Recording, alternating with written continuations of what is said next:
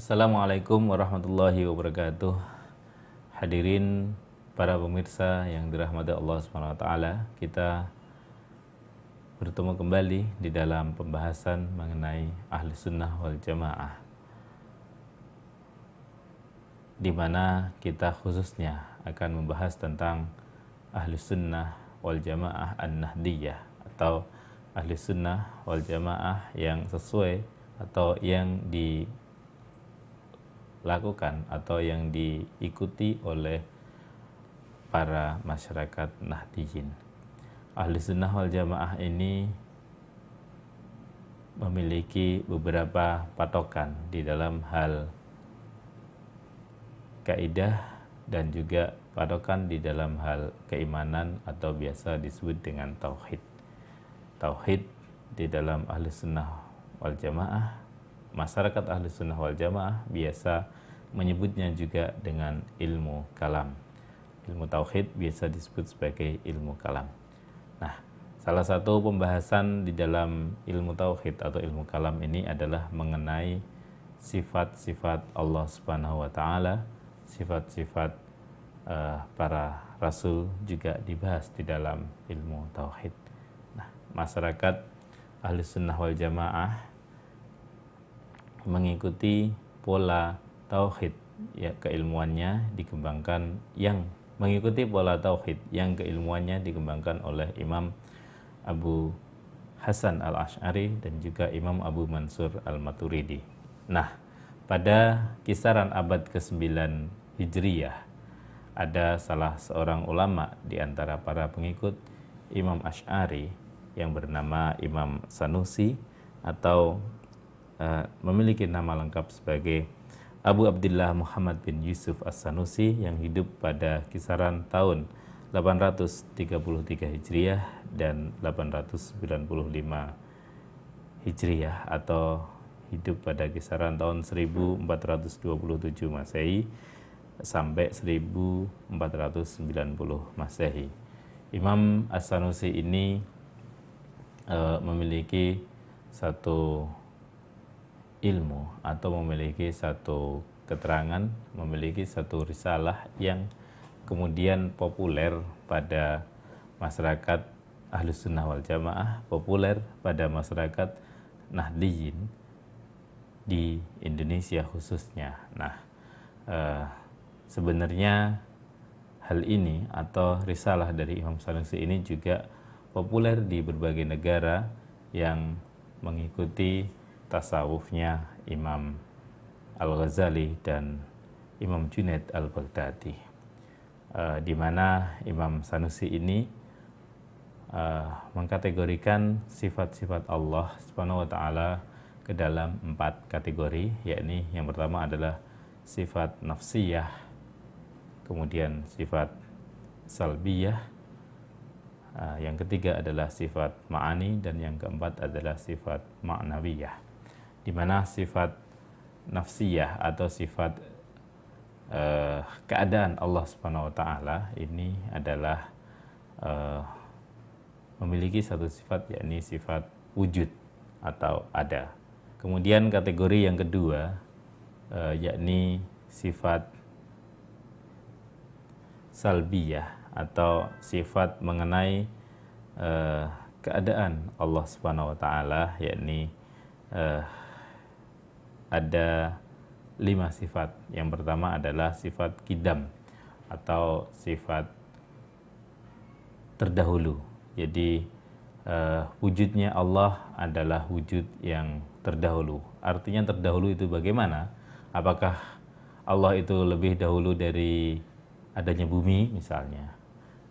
Di sini yang dimaksud sebagai kidam atau dahulunya Allah Subhanahu wa taala adalah Allah itu kidam, la awwalalahu. Allah ini dahulu, ada tanpa pernah ada awalnya. Jadi adanya itu kapan? Ya pokoknya ada. Sejak kapan? Tanpa ada sejaknya. Ini penjelasan yang paling mudah adalah tentang angka.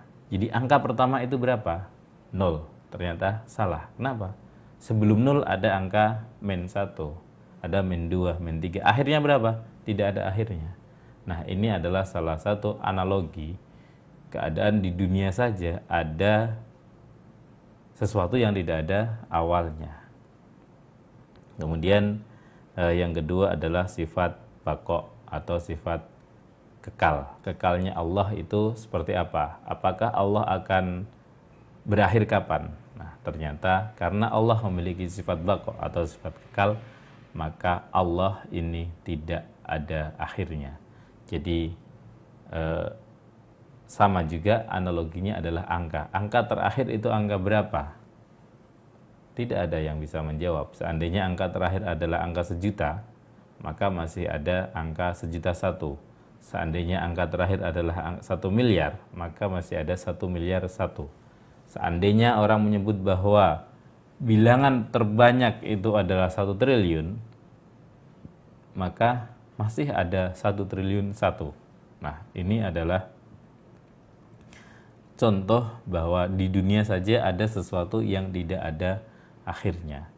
Maka qidam dan baqo ini di dalam akidah Ahlussunnah wal Jamaah dinyatakan atau dimaknai sebagai qidamullahi la awwala lahu, bahwa awalnya atau dahulunya Allah itu tidak ada awalnya, dan kekalnya Allah ini tidak ada akhirnya. Ini dibedakan dengan awalnya makhluk. Jadi makhluk ini siapa yang lebih awal, tetap ada awalnya. Contohnya manusia, kita ini awalnya adalah dimulai sejak lahir di dunia. Kemudian ada yang lebih awal dari kita. Siapa? Bapak ibu kita. Tidak mungkin kita lahir mendahului bapak kita. Itu sesuatu yang mustahil. Nah, sama juga orang yang sudah mati, sudah meninggal, ini adalah orang yang sudah mendahului kita. Berarti kita ada setelah orang-orang mendahului kita. Tidak mungkin dibalik. Orang yang sudah mati itu ada setelah kita. Itu tidak mungkin. Nah, jadi di sini Allah itu ada tanpa permulaan dan ada tanpa akhiran. Jadi Allah wujud, Allah qidam, awal tanpa awal, dan awal tanpa permulaan, dan baqa, Allah itu kekal tanpa akhir. Kemudian sifat salbiyah yang ketiga yaitu sifat mukhalafatul lil khawadis atau tidak sama dengan hal-hal baru. Artinya Allah tidak sama baik sifatnya, Allah tidak sama mau bentuknya, Allah tidak sama zatnya dengan hal-hal baru, artinya dengan makhluk. Ini analoginya misalnya, apakah pembuat batu bata itu sama dengan batu bata? Tentu tidak. Ketika Allah membuat makhluk, maka tentu saja Allah tidak sama dengan makhluk.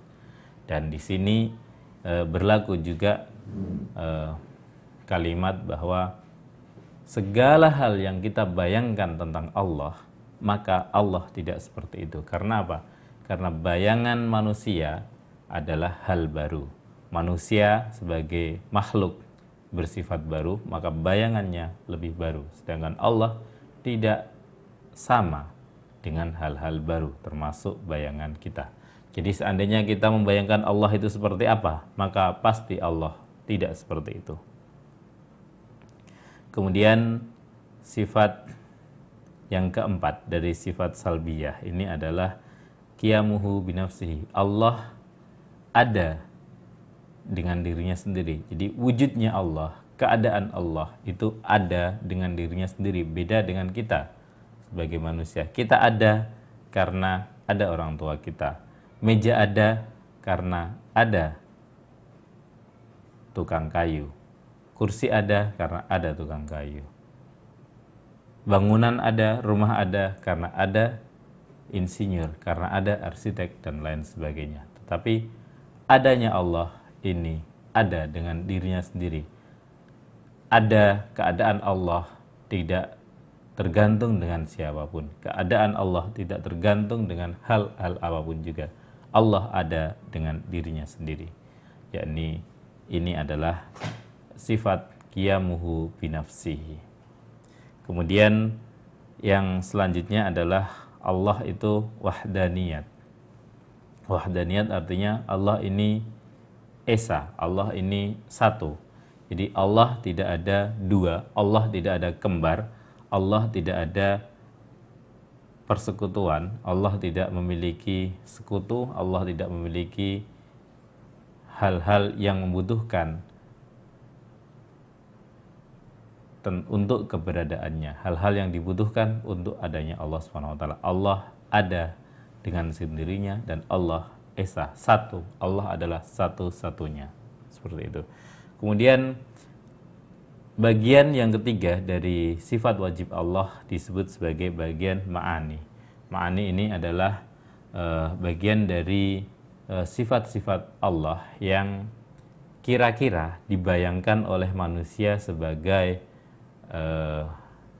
kondisi Allah Subhanahu wa taala. Meskipun sebenarnya keadaan Allah, senyatanya Allah itu tidak seperti yang dibayangkan oleh makhluk. Kenyataan Allah tidak seperti apapun yang diangankan oleh manusia. Sifat ma'ani yang pertama ada kudrah, atau Allah itu memiliki kuasa. Jadi Allah berkuasa atas apapun yang ada di dunia. Allah berkuasa atas apapun selain dirinya. Allah tidak pernah, tidak bisa melakukan apapun. Jadi Allah tidak mungkin misalnya ingin menghentikan gunung meletus, terus tidak bisa, itu tidak mungkin. Allah ingin menghentikan badai, itu tidak mungkin. Karena Allah memiliki sifat kuasa atau kudrah. Lanjutnya adalah Allah bersifat iradah atau berkehendak. Jadi Allah itu memiliki kehendak.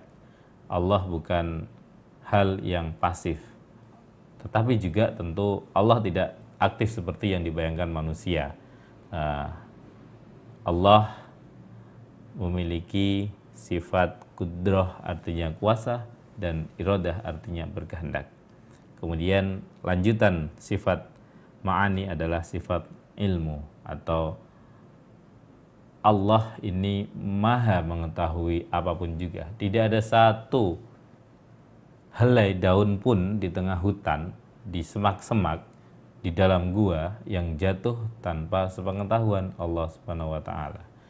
Jadi jangan pernah kemudian kita berharap kita melakukan sesuatu tetapi Allah tidak mengetahuinya. Ini sama sekali tidak benar, karena Allah memiliki sifat ilmu atau maha mengetahui apapun.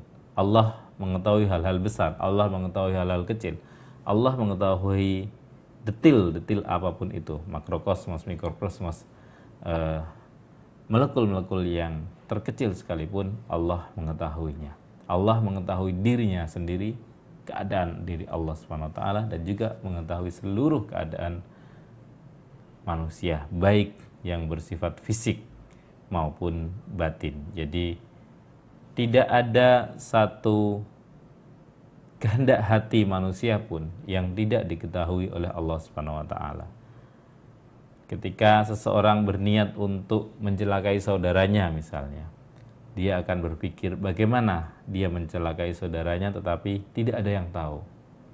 Maka sesungguhnya Allah maha mengetahui kehendak hatinya itu.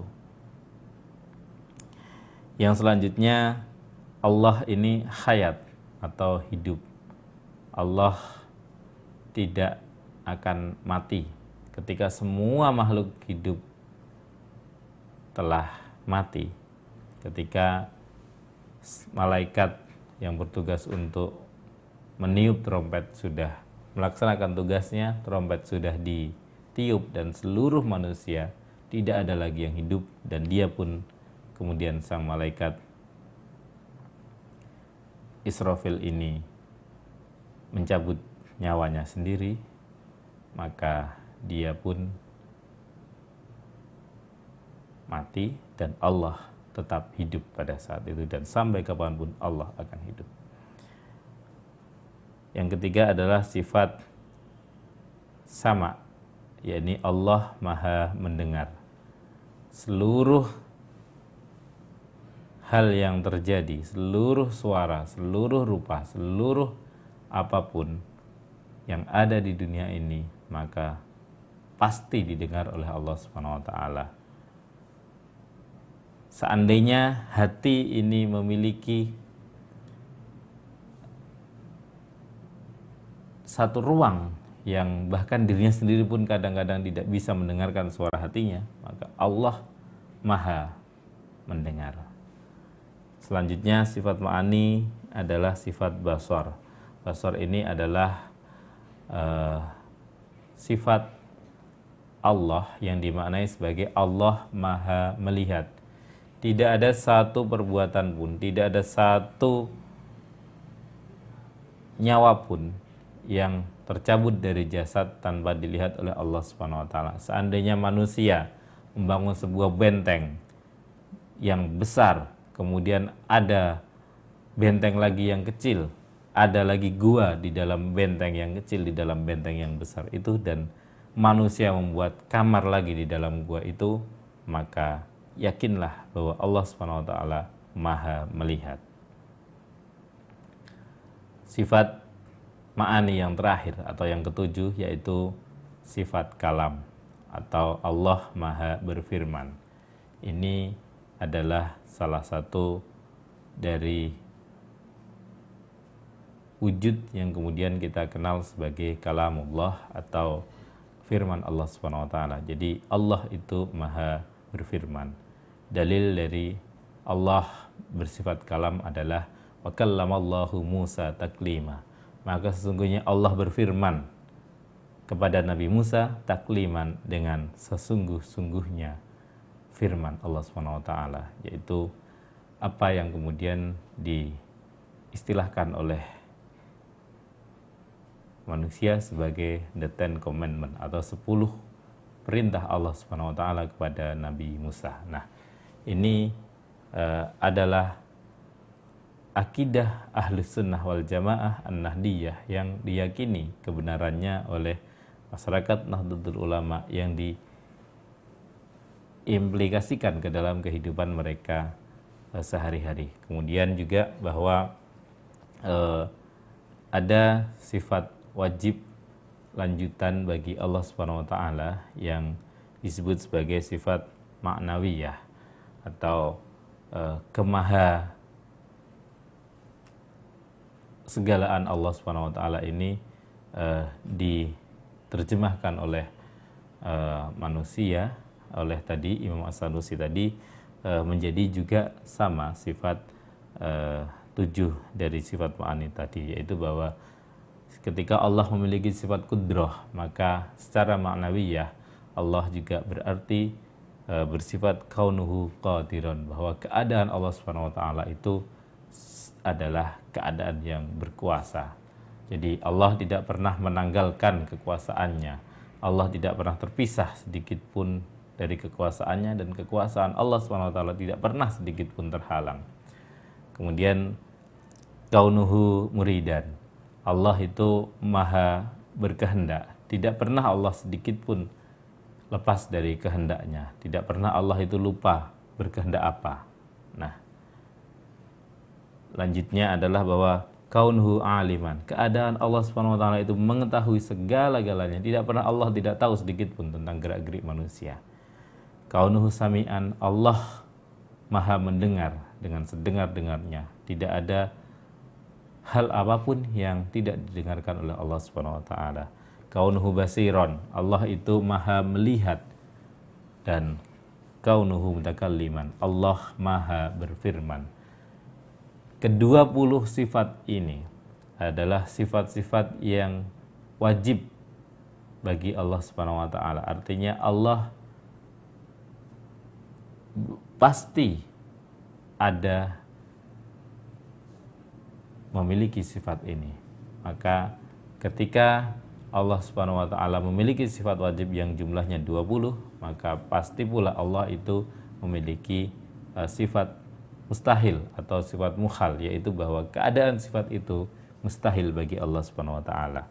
Misalnya dari awal kita mengenal bahwa adanya sifat nafsiyah yang berarti Allah wujud, maka pasti muhal atau pasti mustahil Allah itu adam atau Allah itu tidak ada. Bagaimana mungkin makhluk ada? Bagaimana mungkin makhluk itu ada apabila Allah tidak ada? Karena keadaan makhluk itu bergantung pada keadaan Allah Subhanahu wa taala. Jadi adanya makhluk adalah salah satu bukti adanya Allah Subhanahu wa taala, dan adanya Allah Subhanahu wa taala adalah salah satu antitesis bagi orang-orang yang menyatakan Allah tidak ada. Kemudian kidam, Allah itu dahulu tanpa awal. Maka secara otomatis Allah ini tidak baru ada. Jadi bukan berarti bahwa Allah itu adanya sejak kapan. Itu pertanyaan yang salah. Kenapa? Karena Allah itu adalah dahulu tanpa awal. Jadi keadaan Allah itu tidak ada permulaannya. Berbeda dengan keadaan manusia. Misalnya kita ada sejak kapan? Kita ada sejak terlahir. Nah, maka ada sejak kapan adalah menjadi salah satu sifat mukhal atau sifat yang mustahil bagi Allah Subhanahu wa taala. Demikian seterusnya, sehingga apa yang dipercayai, apa yang dikategorikan oleh Ahlus Sunnah wal Jamaah An-Nahdiyah bahwa Allah itu memiliki sifat wajib 20 dan Allah memiliki sifat mukhal juga 20. Nah, selain itu Allah juga memiliki sifat jaiz atau sifat bebas, sifat tidak terkekang. Jadi bunyinya bahwa sifat jaiz Allah itu berbunyi fi'lu kulli mumkinin aw tarkuhu. Allah itu bebas atau jaiz untuk melaksanakan apapun atau bebas untuk meninggalkan apapun.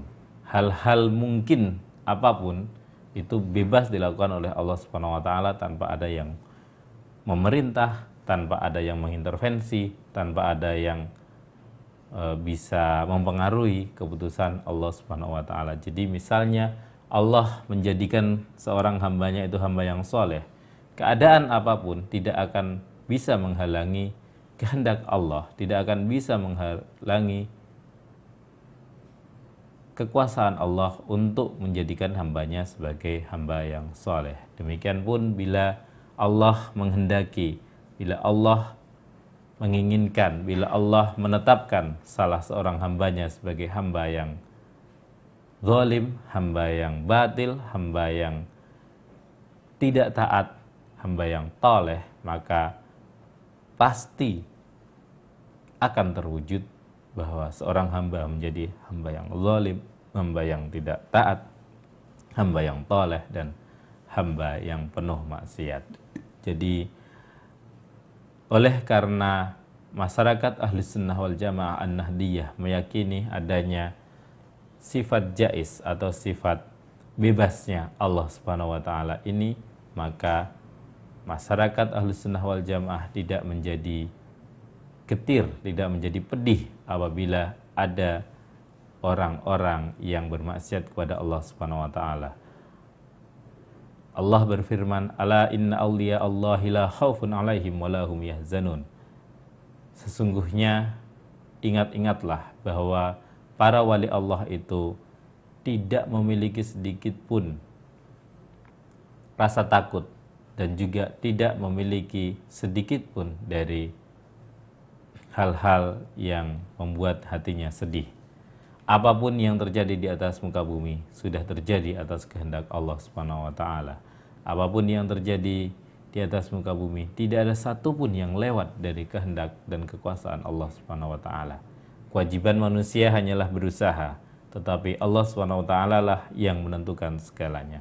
Ini adalah salah satu prinsip dasar dalam ajaran Ahlus Sunnah wal Jamaah yang berbeda dengan prinsip-prinsip kelompok yang disebut sebagai kelompok Jabariyah atau kelompok fatalis yang menyatakan bahwa manusia tidak perlu berusaha, toh nanti juga Allah yang menentukan. Tidak seperti itu. Dan juga berbeda dengan kelompok-kelompok yang disebut sebagai kelompok Qadariyah, bahwa manusialah yang berhak menentukan dirinya sendiri, bahwa manusialah yang dapat memposisikan dirinya sendiri. Allah tidak terlibat dalam hal itu. Ini tidak dibenarkan oleh ajaran Ahlus Sunnah wal Jamaah. Jadi Ahlus Sunnah wal Jamaah berada pada posisi yang tengah-tengah antara Jabariyah atau fatalis dengan kelompok Qadariyah itu.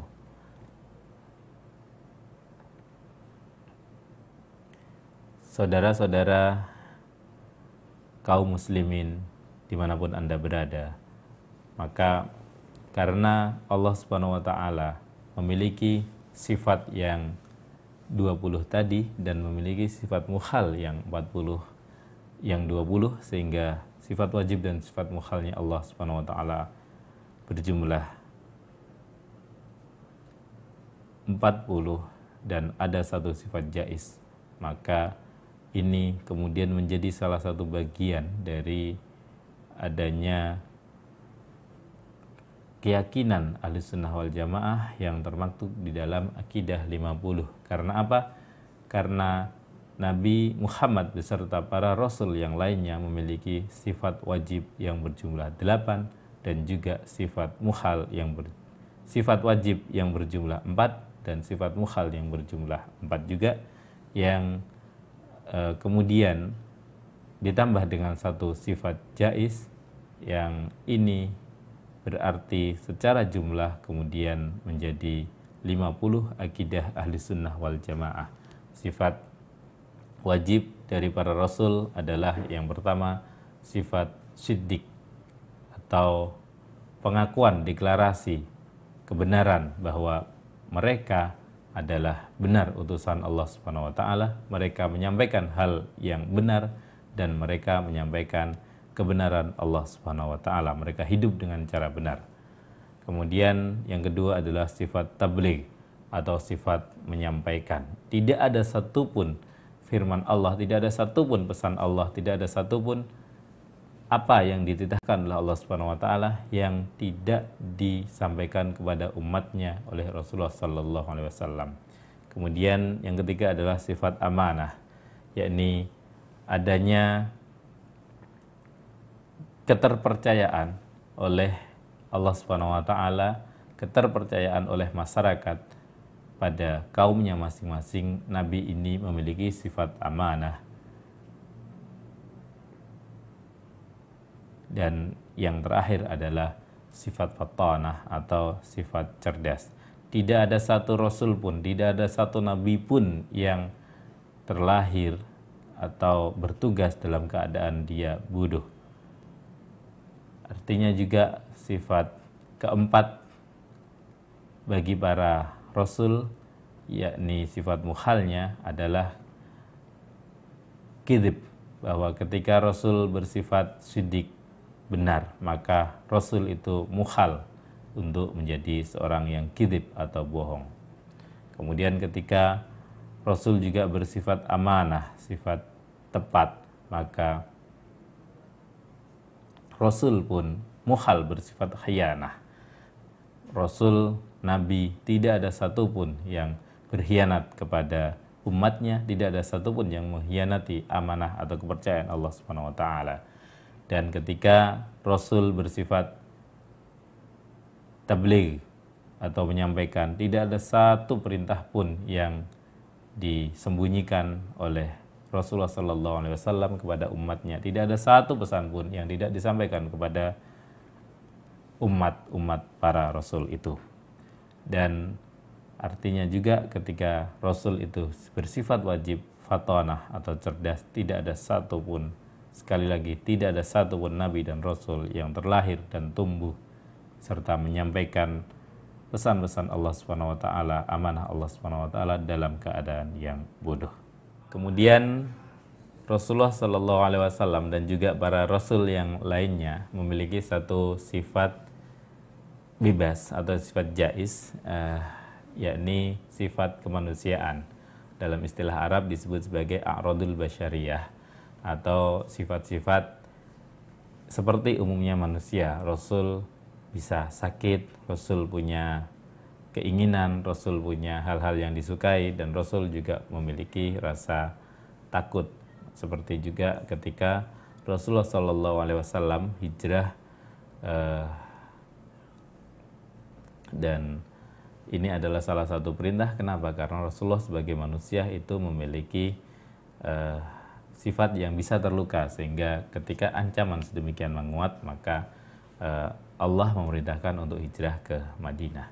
Nah, 50 akidah ini atau biasa disebut sebagai